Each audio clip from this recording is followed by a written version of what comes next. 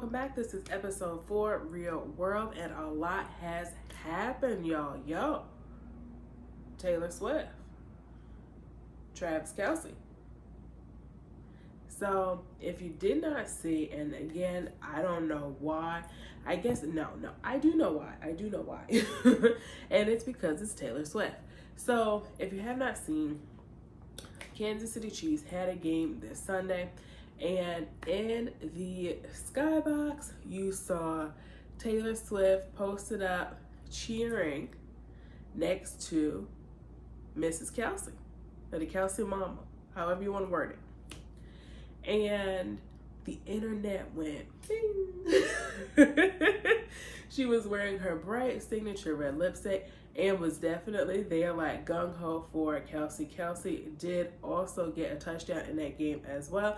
And what kind of sealed the deal for everybody is they did end up leaving together. So initially I did not see that footage. I did end up seeing that footage sometime later on, and they did leave together. She was also rocking that crossbody. I believe it was one of the LV, almost like a trunk bag, kind of like it looked like a cell phone kind of bag. So that was an interesting piece as well, and they were together. Now, despite the appearance of the two, they are actually the same age, both born in '89, so they are 33 years old, and I don't know how I feel about those two.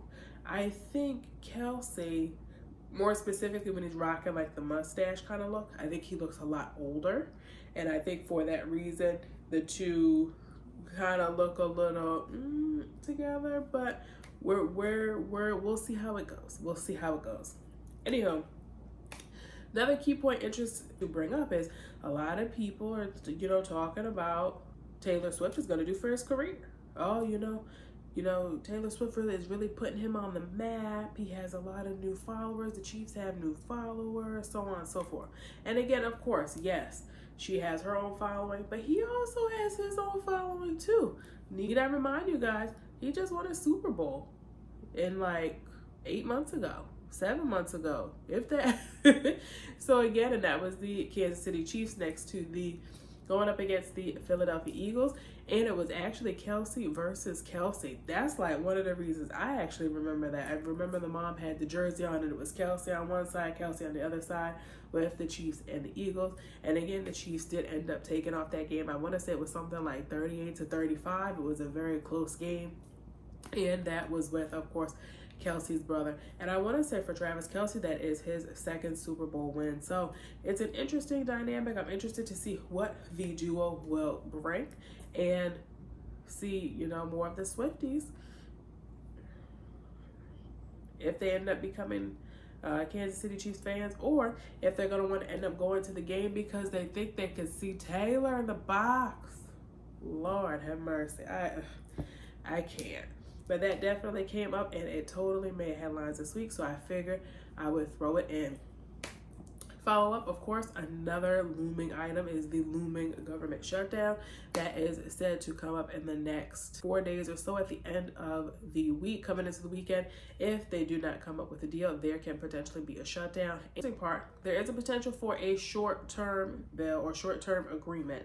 And if that does happen, for what I have seen, that would extend for about 6 weeks through to around November 17th. So there's definitely a potential for that. However, that particular item does also include funding for Ukraine. Now, the unwavering for against Ukraine at this point has been ongoing for a very long time. If you don't know, of course, they have been in a war with Russia for quite some time, and it has definitely gone on and lingered well past, I think, the point of what a lot of people had thought or would have expected. The interesting piece of it is, in my humble opinion, if the U.S. or whatever said entity you want to put in the mix is, i.e., facing a government shutdown or having some other type of hardship where people at home here in the U.S. are facing housing insecurity, food insecurity, income households, homes that are, having difficulty being able to take care of just their regular day-to-day expenses. I don't see how somehow. I don't see how there's still bill and or continued discussion about something in the millions of check again going to Ukraine. And it is a hot button topic. Of course, there were several things in the bill for the government shutdown. Of course, continued for military aid in mix of a variety of other things. However, I think there's perhaps a little bit of wiggle room on some of those other minor details. How much funds will be allocated to military funding and or equipment. I know there's definitely a lot of talk about potentially wasting funds or funds that perhaps have been wasted by whether it be DOD or by other larger federal agencies. So that is something that has come up. However, the continued funding for Ukraine continues to be a hot button topic.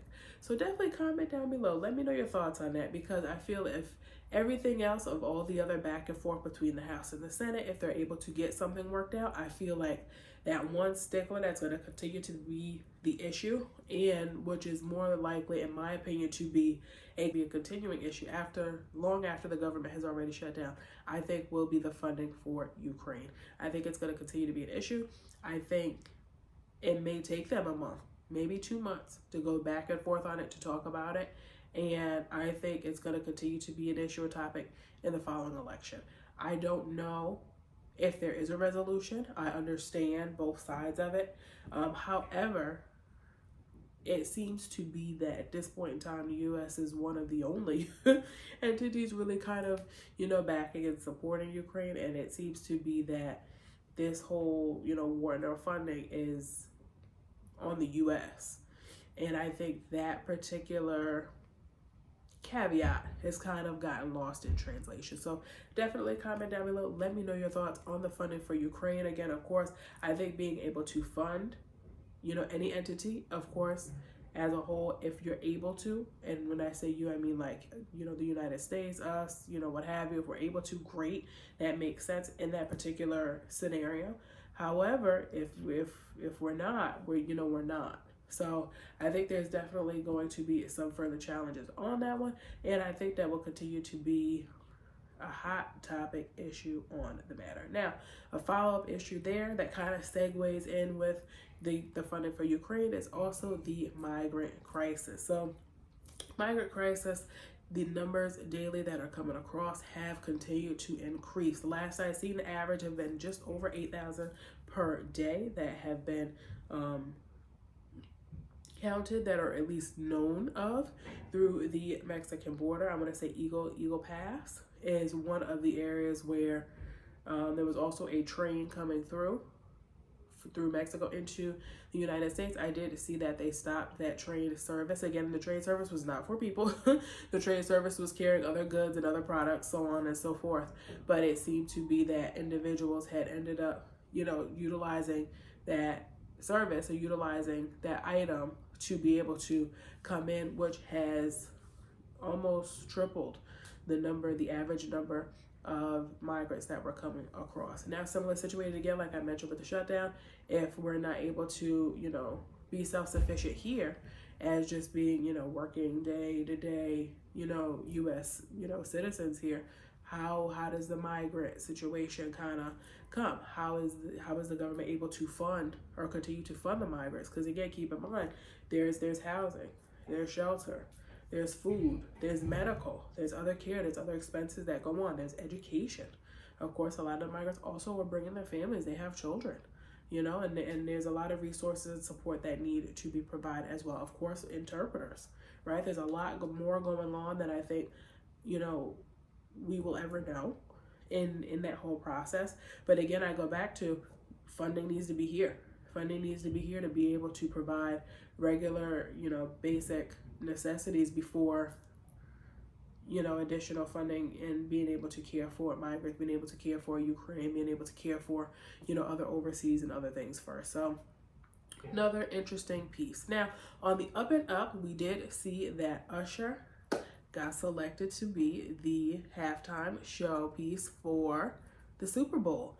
And I say showpiece because he definitely has a monster catalog and it will definitely be a show. So I am a huge Usher fan. I am excited back to when he was like letting it burn and he was giving his confessions and all of that jazz. So I'm definitely excited to see what he will come up with.